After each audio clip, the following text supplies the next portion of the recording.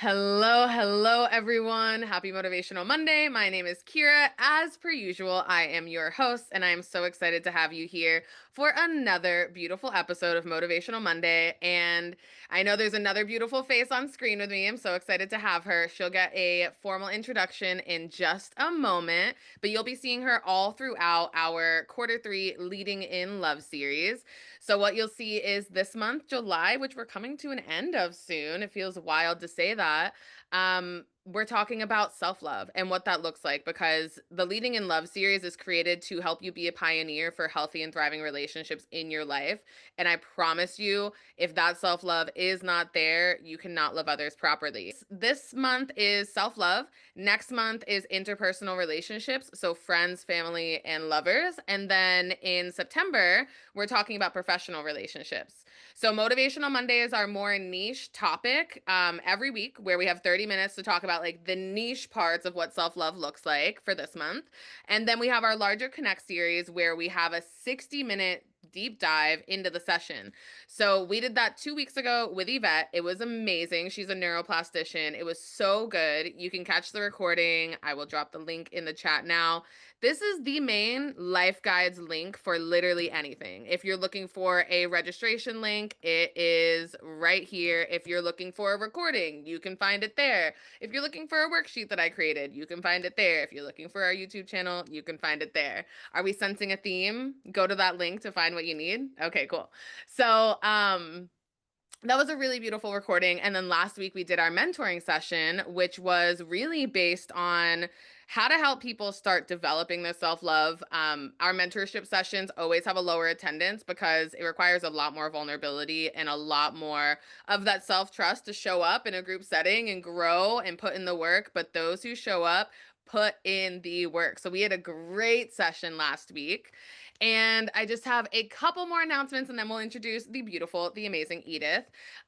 We have a new session. We have a new session that's tomorrow at noon for 15 minutes. It's called the Life Guides Experience. And the Life Guides Experience, a lot of you fill out your surveys that say, I don't know where to start with Life Guides or what is Life Guides? I understand the events, I understand the virtual events, but what the heck is Life Guides? So this Life Guides Experience is a 15-minute webinar hosted by yours truly, where I'll be teaching you what Life Guides is, how you can use it, and how we can support you on your journey. So join that. It'll be quick. It'll be a hitter. If you like my energy on Mondays, imagine how much you'll like my energy on Tuesdays. So, with all of that being said, we have Edith here, and Edith is a credentialed neuroplastician who has inspired thousands of professionals worldwide for over 3 decades. Her extensive certifications include Global Professional in Human Resources, Senior Certified Professional, Master Neurocoach, Strategy Facilitator, and AI for Talent Development.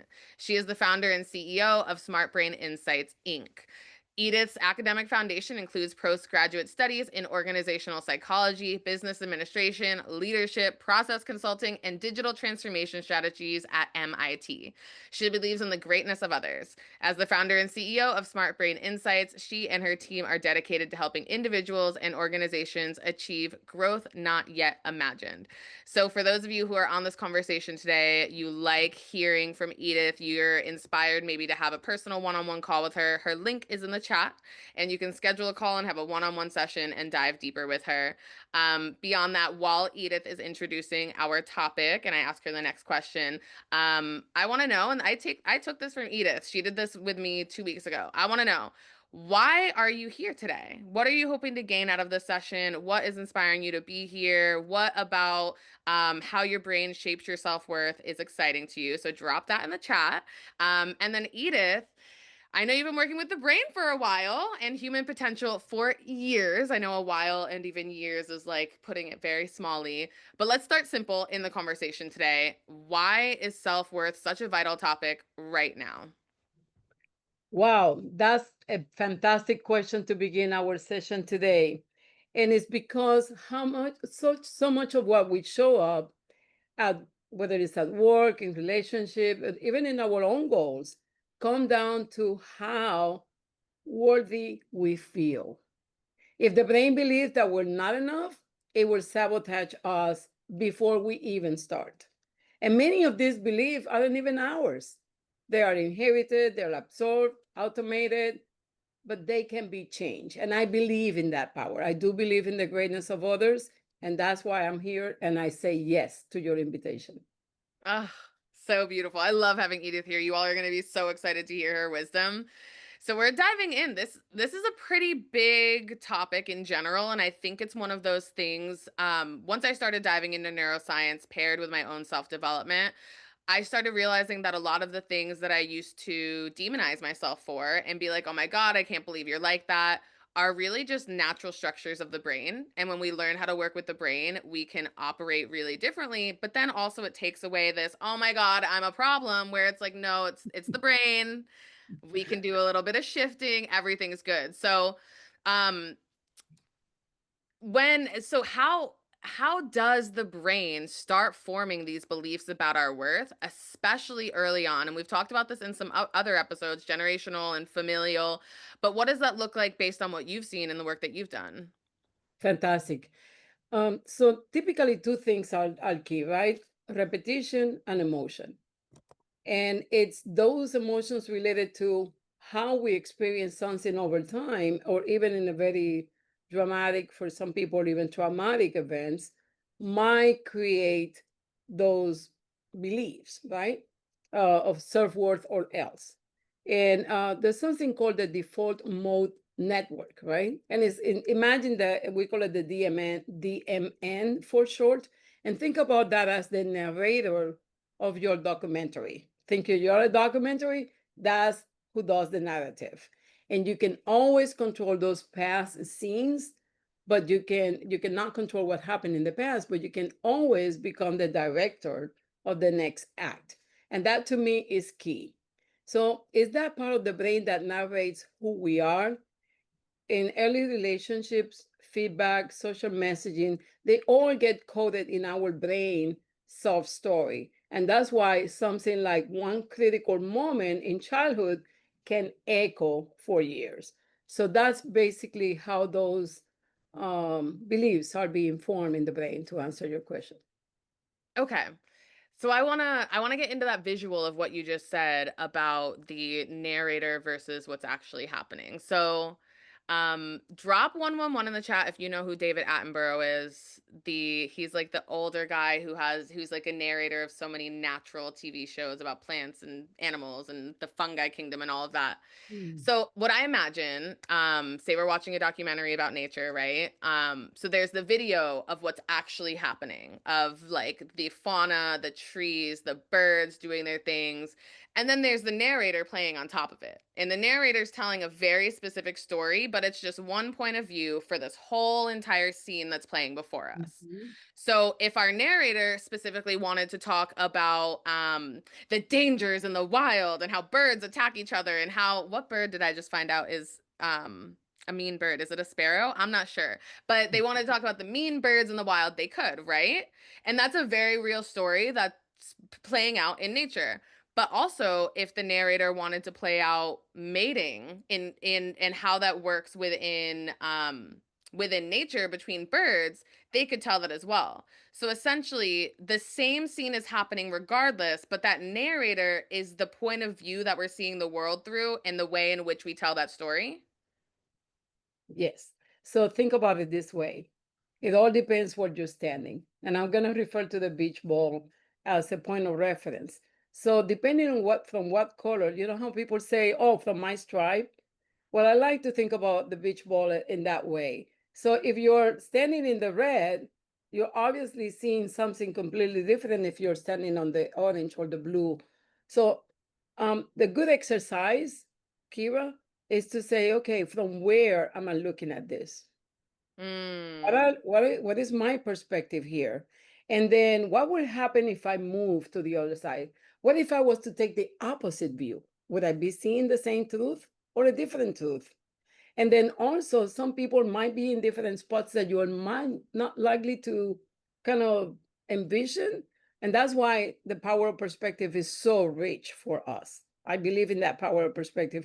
And I might say, Kira, I'm experiencing this. And that's how Life Guide also becomes very powerful, because people who have gone through the same things that we're going through, And we can say, hey, I'm experiencing this and this is how I'm looking. And what would happen if you see it from here? And you've seen it from another perspective and another perspective. And I feel that Life Guide adds that power of perspective, whether it's because it puts you in a different scenario and asks you questions and help you think, or because they shared their own perspective as well. So it's a beautiful thing, right? But looking at things and that narrative can be shifting, right? And then you choose, which one do I want to embrace? What is the Okay. most productive for the future? That's so helpful. So I want to keep this beach ball and this perspective formation in mind as I ask the next question, because I want to use it as an example for maybe how we can help people shift that perspective. So the next question, in regards to challenging those inner narratives and the perspectives that we have, um many of us have that inner critic. So we have that perspective sometimes of viewing ourselves from not eyes of kindness, from not eyes of love. Is this just us being hard on ourselves, or is there a brain-based reason behind it? And then the follow-up question would be, how do we start seeing the different colors on the ball, and how do we start seeing those different perspectives when sometimes all we've known is that critic? Yes. So that's a fantastic and deep question, Kira. I know, right? So let's take one step back. The primary job of the brain is to help you survive. So it will default typically to your survival script. So the brain tries to keep us safe by predicting the outcomes based on past wounds or, you know, past experiences that were highly successful. So it's really a predictor, if you will. So it thinks criticism prevent future rejection. So if I'm highly critical with myself, the brain says, if I'm highly critical on this, I'm protecting me from future rejection or for something that can go wrong. So that protective script becomes limiting if we left that unchallenged. And that's the key word for me. So once you had that critic and comes in, I love putting names to it. My critic is called the sergeant major. And as soon as that sergeant major shows up, I said, okay, here comes sergeant major. What happened if I bring that teacher that used to say I can do it all? What Mm. happened if I can bring a friend or I become my observer and say, is that true? How else can you look at it? So then that inner dialogue start changing, right? I can start shifting and then adopt. Not necessarily reject that first critic, but recognize it and then challenge it. Don't leave it unchallenged because that's how the brain does start learning that it can be reframed. Absolutely. So, one thing I want to say in regards to that, a teeny tiny point that you made that's probably so important. Do not reject that inner critic. Imagine if you were locked in a closet, you would be banging on that door ready to get the heck out. Your inner critic's going to be the same. But imagine if you're in a room with a bunch of people and you're talking to your inner critic, right? And you're like, "Okay, cool. I see your perspective, but there's other people you can talk to." So you're like, "Cool. I'm going to exactly what she said. I'm going to talk to my favorite teacher who literally told me that everything was possible. I want to hear her perspective." So your inner critic feels heard. Maybe it feels a little lonely because you're talking to someone else, but you're not just banishing it away. You know that it's real. You know that its perspective is there. And that makes it a little bit easier to be able to see the other perspectives without um getting yourself lost in this crazy loop of that inner critic. And that inner critic will always come back, but it's developing the skill set of seeing through the eyes of someone more loving. And with those beliefs that we formed and the inner critic, what I'm hearing you say, Edith, is that there are going to be people in that room who are going to have the voices of our inner critic. And then there Absolutely. are going to be people in that room as well who have been in our lives, who have existed and played a role in our lives, who are going to have the role of the inner supporter. Absolutely. Absolutely. And think about the diversity of thought. You know how people say you become the average of the five people close to you? If you're surrounding yourself with people who have diversity of thought, your your frame of references will expand, number one. And then you can always use, that reference to say, what would Kira will say? Because Kira is always positive. Kira see the world this way. What would she say in the same situation? And we can even estimate or guess, right, what the person would be saying. If we, how would this look 5 years from now? Is that really that important? Sometimes we can worry about things today that might not even be relevant within the next week or two. So it's part of that too. So it's training the brain to have diversity of thought, to become a little bit more not critical as in critic, but being more of a critical thinker, more of systematic thinking, and engage other Mm, ways of seeing the world, right? And sometimes putting yourself an observer. If I was coaching myself from the outside, what would I say to Edith? And when you put that third person, immediately the emotions go down because it's not so my emotion. I'm observing from outside, and I can detach a little bit to be a little bit more rational about whatever it is that I'm looking at. thank you so much for that. I also want to know, I meant to say this in the beginning, there is a Q&A at the end. There's a Q&A box on the bottom of your screen. You can leave a question there and we'll be sure to answer it. If we don't have questions, we'll continue on, but if we do have questions, we can help you get real perspective. If there's something that we're saying and you're like, "Can we please expound on that?" By all means, ask it in the Q&A and we will get to it and we would love to. Mhm.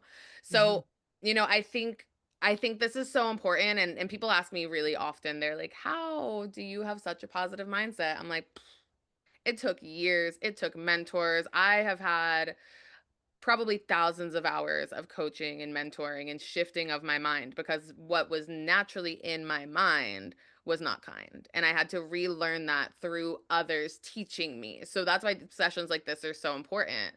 But I also think that, and this is what I want to say for the whole Connect and Life Guides community that we have here on Motivational Monday and all of our larger sessions, you all have that inner inquisitiveness, right? And I think that's one of the greatest things you can have is that desire to do things a little different. The desire to ask the question of, okay, cool, I've done it like this forever, but now I want to shift it a little bit. So, Edith, you teach something called inner dialogue mapping. And can you walk us through that? And then what shifts when we hear our thoughts out loud because of that practice?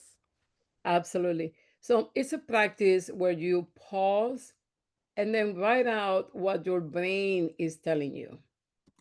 And notice that I'm saying what the brain is telling you. Try to connect that. And some people say, well, the brain is just about cognition or being rational. No.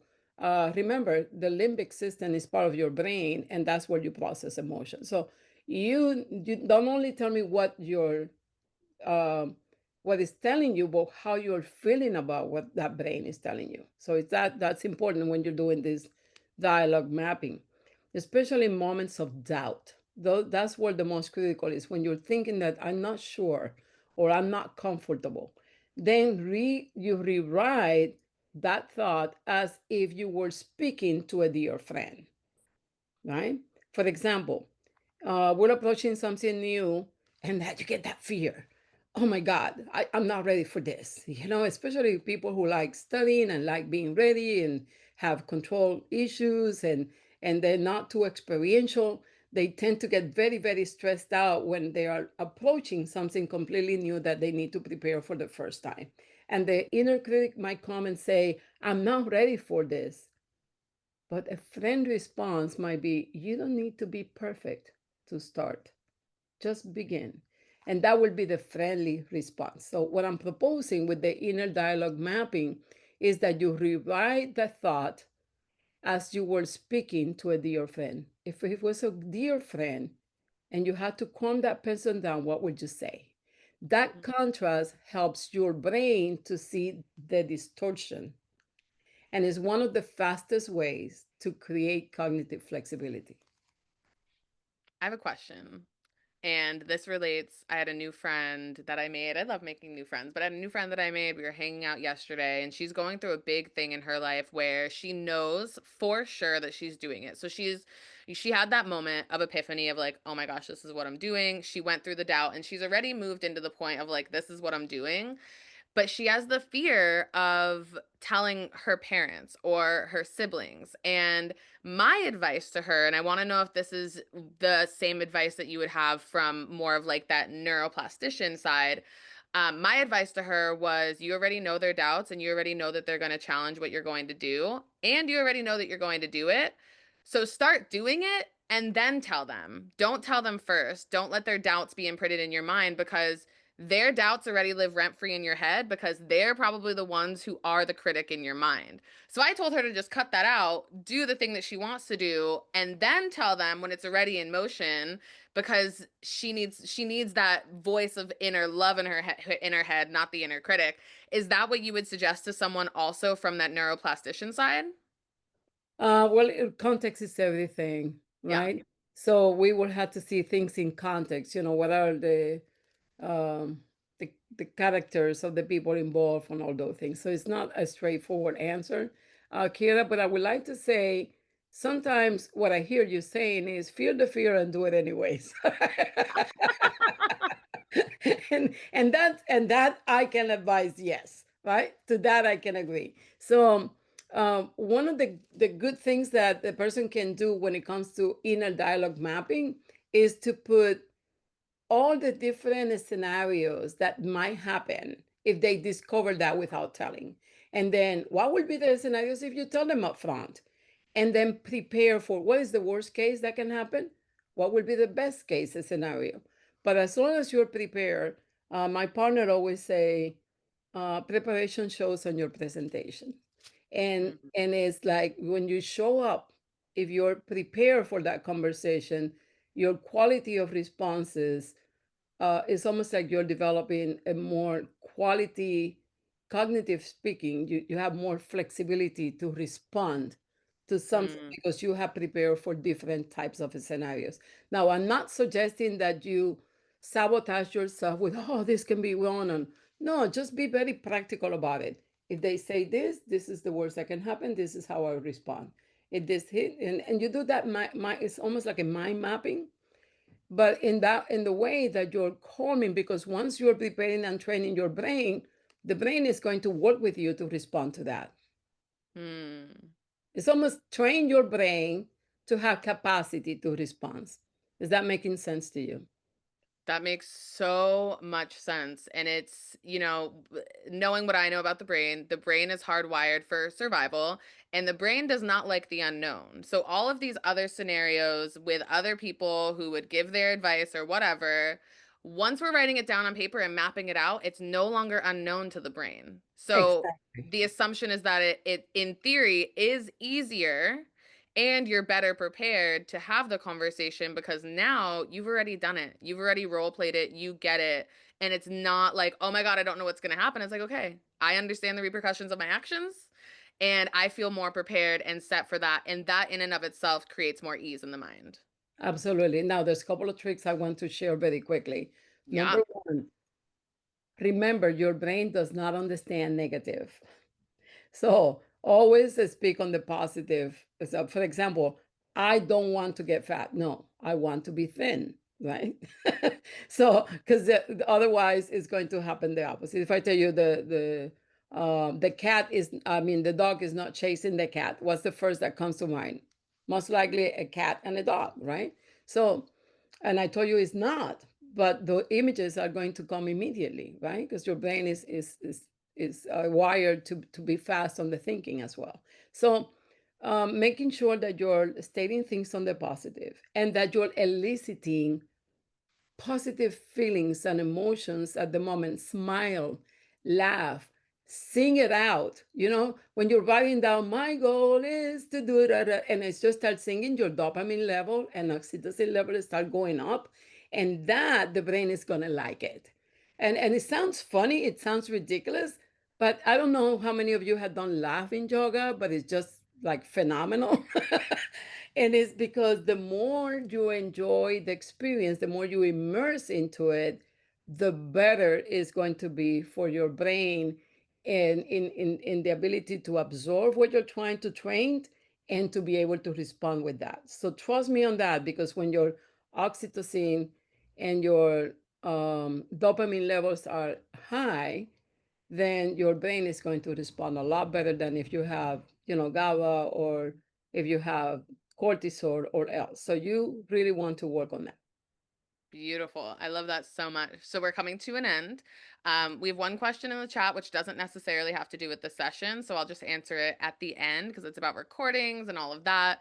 But I think this has been so helpful, Edith. Thank you so much for your wisdom and your insight and all of the work that you've done and the fact that you get to come here and share it all with us. So before we close, if someone listening today wanted to take just one small step this week to rebuild their sense of self-worth, what would you tell them? I would say write down the one belief about yourself you're ready to question, and Mm, ask, what is truer than this? What is a bigger truth than this? Challenge it. The idea is to do not keep those beliefs unchallenged. Challenge everything, especially when you hear people say, when you hear yourself saying, like my father said, like my mother said, like my auntie said. If you are repeating those things, are they truly yours? If you adopted them, then it's your thought now, because sometimes we get lost on those narrative of our ancestors and we're not challenging those beliefs. So the brain changes through gentle repetition. So start feeding it with the truth. You are already worth it. Just believe it. There's greatness in you. I believe in your greatness. And I believe that if everyone start with that awareness and get out of the automatic pilot, greater things can happen to them. Oh, so good. That brought such a smile to my face. We all have so much potential. We're all so great. So we've got one question that just came through. We have maybe like 30 seconds to answer it. So maybe keep it short and sweet. But someone said, what about feeling afraid to get too happy because you're afraid that something is going to happen to steal your joy? Well, I'm going to answer in a very ridiculous way. What if, yes, they steal your joy and you miss being joyful for 30 seconds? It might sound harsh, but do not miss that window. Do not miss that moment. What if the opposite happened? So challenge the question, the what if. What if this, and what if it that, and what if it that? Add that perspective. Add more what if, and Hmm. enjoy that moment. So beautiful. I love that. Oh, thank you so much, Edith. It has been such a joy and a pleasure to have you here. My I'm going pleasure. to drop Edith's life guides link in the chat. Again, this is a woman who you can schedule a call with and have one-on-one calls to help undo all of this. And the Edith that you get here is the same Edith you'll get on the other side of the screen. She's wonderful, fantastic. We barely even tapped Yeah. into her potential, but there's a lot of greatness. So I'm going to drop our main link, our link tree in the chat. It has all of our registration links. We have the Life Guides experience tomorrow that's happening. And then we have the next episode of Motivational Monday next week is making self-love a daily practice. So thank you all so much for being here. We hope to see you further developing in your self-worth and trusting yourself to see those new perspectives and see the Absolutely. world from a different way. And Buy a beach ball. buy a beach ball. Buy a little mini beach ball. Do you have any final words, Edith, before we fully come to an end? Just believe in yourself. Look Mm. yourself in the mirror and say, I'm worth it. I'm going to work on me. I'm Oh. worth it. I'm going to work on me. It's just that simple. You all are so worth it. You all deserve to work on you. There's a survey that pops up at the end of this as soon as we close out of the session. Please fill it out. If you want to leave any love letters for Edith, I will send them to her immediately after the session. And outside of that, finally, you're in the chat, Ty. Outside of that, so happy to see you all. We will catch you tomorrow on the Life See Guides you. experience and then Motivational Monday next week. See Bye, you. Bye bye. Thank you, Kira. Thank you all. everyone.